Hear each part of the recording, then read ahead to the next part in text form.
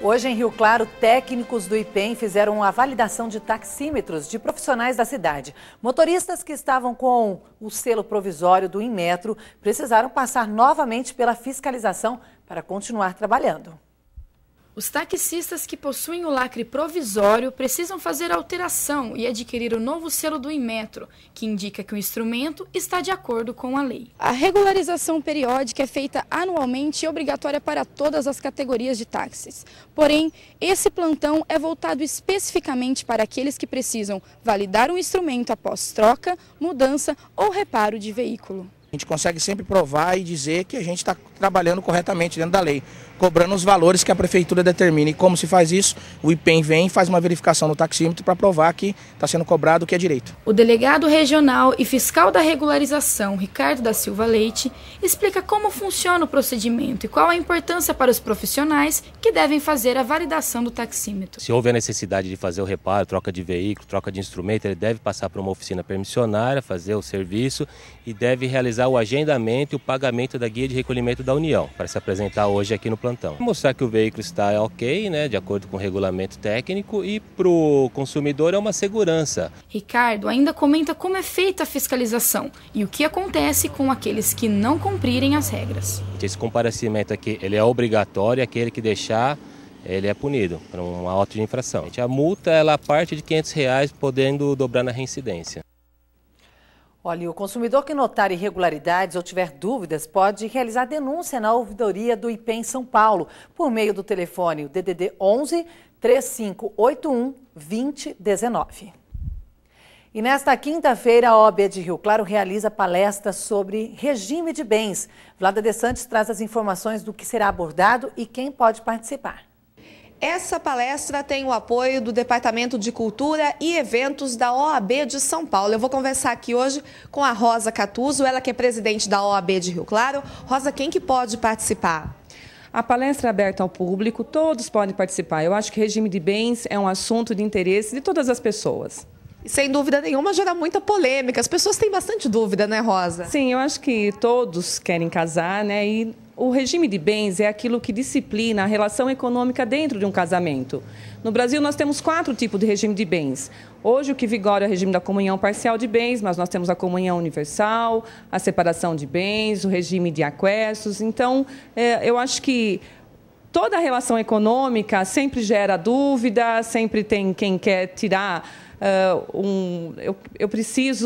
eu quero saber como é que vai ser meu casamento, aquilo que eu tenho vai comunicar quando eu me casar, não vai comunicar, o meu marido vai ter direito àquilo que eu receber de herança ou não. E hoje também existe a união estável, né, que equipara-se ao casamento, e também dentro da união estável você tem direito a um regime de bens que disciplina as suas relações econômicas. Ou seja, tudo isso vai ser explicado na palestra? Tudo isso vai ser explicado. Acho que é muito interessante, venham, não é aberta só aos advogados, é aberta ao público em geral. E isso sempre gera polêmica e todo mundo tem uma dúvida e quer um esclarecimento. Como efetuar a inscrição? A inscrição pode ser feita na hora, no local. Nós estamos pedindo 1 quilo de alimento não perecível, mas mesmo que não traga, venha para a palestra, é muito interessante, é aberto para perguntas no final. A palestrante ela é uma pessoa especializada na área de direito de família, então vale a pena. Tá certo, então. Muito obrigada pelas informações. Quem quiser mais detalhes, é só entrar em contato através do telefone 3534-0414. Vlada De Santos para o Rio Claro Notícias. Olha, a palestra acontece na próxima quinta-feira, às 19 horas, na sede da OAB, que fica na Avenida 7, esquina com a Rua 5, no centro. E terça-feira, dia de esclarecimento sobre direitos trabalhistas, eu recebo o advogado Dr. Turola. Boa tarde, doutor, seja bem-vindo. Boa tarde, obrigado. Olha, vamos começar com a primeira pergunta sobre acidentes de trabalho. O pessoal tem bastante dúvida a respeito disso. A Aparecida do bairro Vila Indaiá diz que tem um comércio e o funcionário teve uma queda fora do trabalho, ficou afastado 1 ano. O INSS liberou para trabalhar, mas a médica do trabalho não. Como deve proceder? Olha, se ele não tem condição de trabalhar na mesma função, há a possibilidade da readaptação. Quem sabe ali tenha uma outra função que ele possa exercer sem nenhuma dificuldade, né? Então, verifique a questão da reabilitação.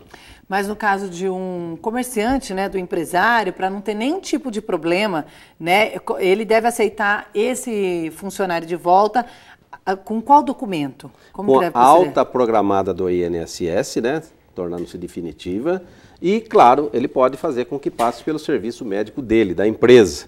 E se houver algum problema desse, ele devolve o empregado para o INSS. E o INSS vai verificar, é caso de continuar afastado ou de reabilitação. Tá certo. O Jair da Vila Alemã ficou afastado do trabalho por 12 anos com problemas de LER. A empresa não paga o fundo de garantia desde o ano 2000.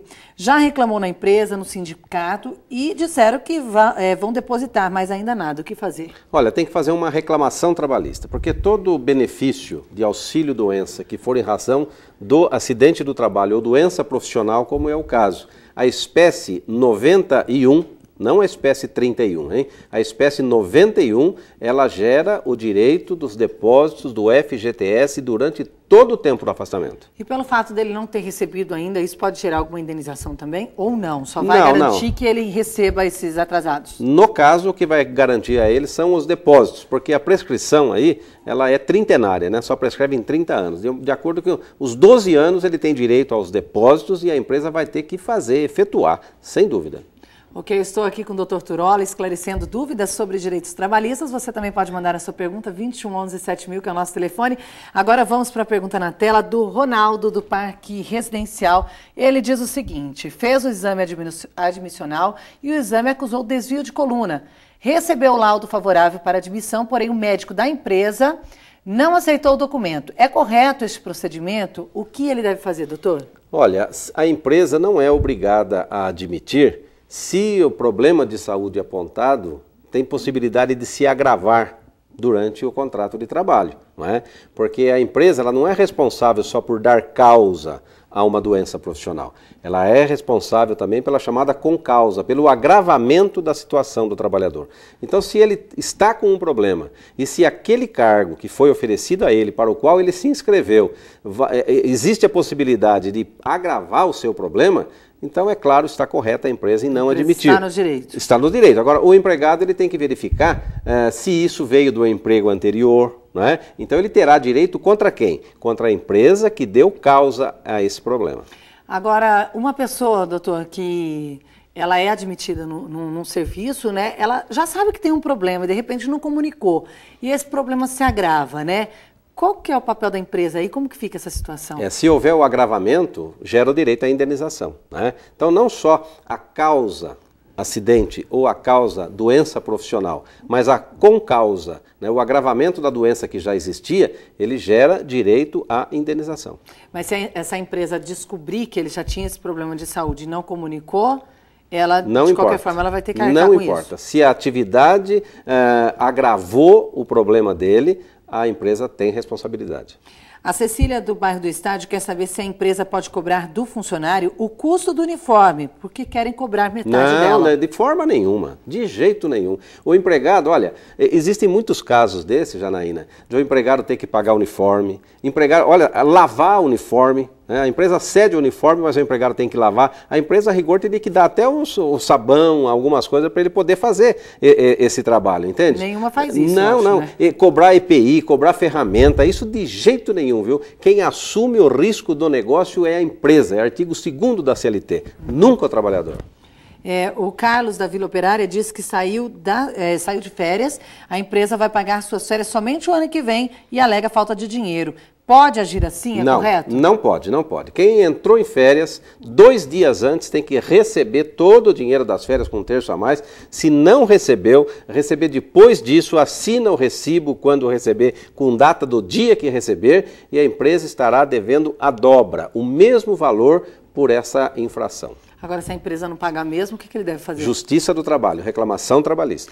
Vamos falar um pouquinho de 13º, então, que está todo mundo já ansioso com esse pagamento aí, né? Que já chegou, está chegando para os aposentados, né? Sim. Agora, nas empresas, no comércio em geral, como que deve ser esse pagamento, doutor? Olha, o 13º salário, gratificação natalina, na empresa, estou falando de empregados regidos pela CLT, então você tem direito de receber a primeira parcela do 13º desde fevereiro até o dia 30 de novembro. E é a empresa que escolhe a data, só que não pode ultrapassar de 30 de novembro. Mas normalmente é mais para o final de Normalmente é mais para o final, mas nada impede que a empresa, a partir de fevereiro, quando o empregado entra em férias, ela pague para ele a metade do 13º, ou quando o empregado aniversaria. Para quê? Para não sobrecarregar o caixa da empresa no dia 30 de novembro.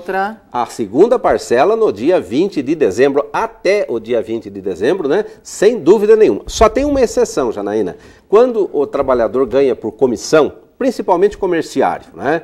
E o cálculo daquilo que ele ganha em dezembro, ele entra, né? O valor, ele entra no cálculo do 13º, que é variável.